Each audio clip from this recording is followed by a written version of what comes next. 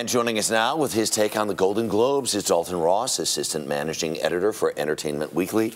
We're sitting here scribbling like mad. And in terms of headlines, I'm going to think just from my random scribbling, right. One of the ones that's really like hauling in nominations was The Fighter.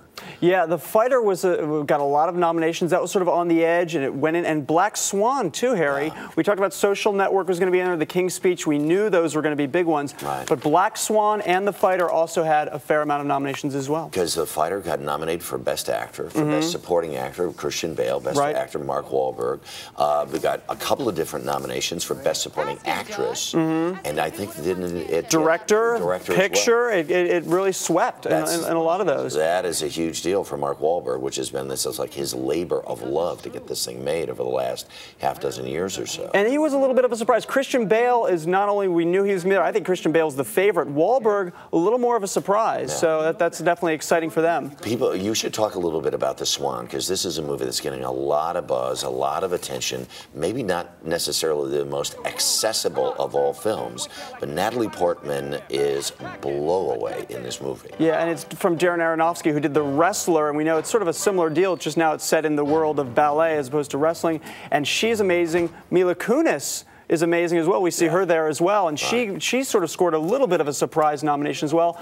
A lot of nominations for Black Swan, and I'll tell you what surprised me, Harry. The biggest surprises, I think, that came out of this were, first of all, you look at the comedy musical category. We knew it was sort of a weak field, but Burlesque, a movie that's pretty much been panned by everyone, does get a Best Nom there, and a lot of nominations for The Tourist, another movie that really has not been getting great critical noses. Marginal reviews. But Angelina gets a nomination, Johnny Depp gets a nomination for that, and Alice in Wonderland, and it gets the Best Picture as well. I guess all told, King's Speech gets the most nominations with 6.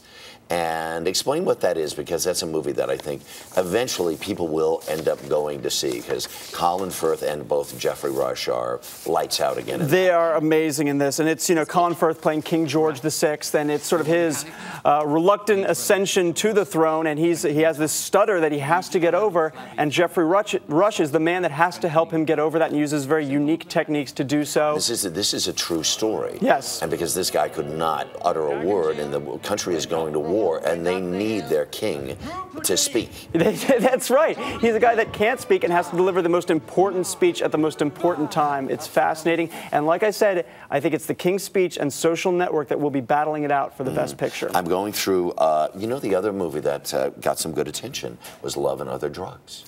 Yeah, that was very surprising, marginal as well. But you look again in that comedy musical category, and it's a sort of, you know, quasi-comedy, you know what I mean? Sort of a dramedy. Right, it's a dramedy, Harry, that's exactly right. But Anne Hathaway is terrific. Anne Hathaway is terrific. She got a nomination in there. And Jake Gyllenhaal. And for Picture as well, so they have to be very happy. Both of them did a really nice job in that. And I guess the other movie that did pretty well is The Kids Are All Right, which was a smaller independent movie from the middle of the summer that a lot of people ended up going to see. Annette Bening, I think, is the front runner in her category. Julianne Moore is great. And this is, Harry, is the one film from a comedy musical category that actually stands a chance in the Best Picture Oscar race as well. I think a lot of those other films, when you see them, the Oscar, even though it goes to 10, they're not going to get nominated for an Oscar, but The Kids Are All Right definitely will, and it is a contender. All right. Dalton Ross, as always, appreciate your expertise and your fast writing skills. Thanks, Harry.